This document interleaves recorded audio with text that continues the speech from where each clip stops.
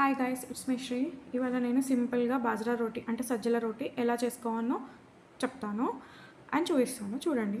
First కొన్ని water stove మీద పెట్టుకోండి హాట్ కావడానికి. ఆ తర్వాత ఒక బేసిన్లో బౌల్లో ఎంత కావాలో అంత పిండి, అంటే నేను ఇప్పుడు ఒక రొట్టెకి కావాల్సినంత పిండి తీసుకుంటున్నాను. దానికి కావాల్సినన్ని హాట్ వాటర్ అందులో కలుపుకొని స్లోగా మిక్స్ చేసుకోవాలి. హాట్గా ఉంటాయి కాబట్టి వాటర్, పిండి కూడా హాట్ అయిపోతుంది. సో స్పూన్ తోటే మిక్స్ చేసుకోండి, చేతి పెడితే కాలుతుంది. ఆ తర్వాత ఒక ప్లేట్లోకి తీసుకోవాలి పిండి మొత్తము, అంటే రొట్టె చేయడానికి మనకి ఈజీగా ఉంటుంది. మంచిగా మిక్స్ చేసుకొని, అంటే పిసుక్కొని మంచిగా స్మూత్గా ఒక బాల్ లాగా చేసుకొని, నార్మల్గా మనం జొన్న రొట్టె ఎలా చేసుకుంటామో అలానే చేసుకోవాలి. కొందరు మనము చపాతీలు చేసుకుంటాం కదా, అంటే లాటించుకొని చపాతీ ఎలా చేసుకుంటామో అలా కూడా చేసుకోవచ్చు, అలా కూడా చేస్తారు.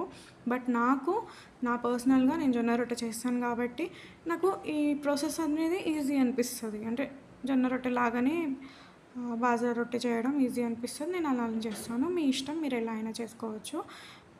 కానీ ఒకసారి ఇలా ట్రై చేయండి, ఇది చాలా ఈజీ. ఇలా చేసుకున్న తర్వాత అది మంచిగా కాల్చుకోవాలి 2 సైడ్స్.